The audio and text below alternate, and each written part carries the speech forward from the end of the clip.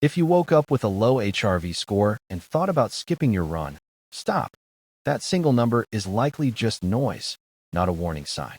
Your heart rate variability is incredibly sensitive. A late dinner, a single glass of wine, or even a stressful email before bed can tank your daily score immediately. This creates false positives for fatigue. If you react to every dip in the data, you'll end up skipping key workouts when your body was actually ready to perform. To fix this, we need to stop looking at the daily snapshot and start looking at the 7-day rolling average. This smooths out the lifestyle noise. Think of HRV as a compass, not a GPS. It shows you the general direction of your recovery, not your exact location. We are looking for sustained patterns, not isolated incidents. When we plot daily readings against the trend, the difference is obvious. The daily line is erratic and useless for decision-making.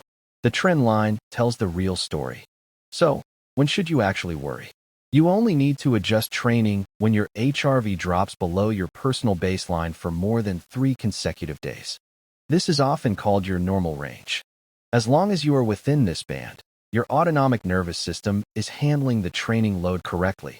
If you see a sustained drop, that is when you dial back intensity.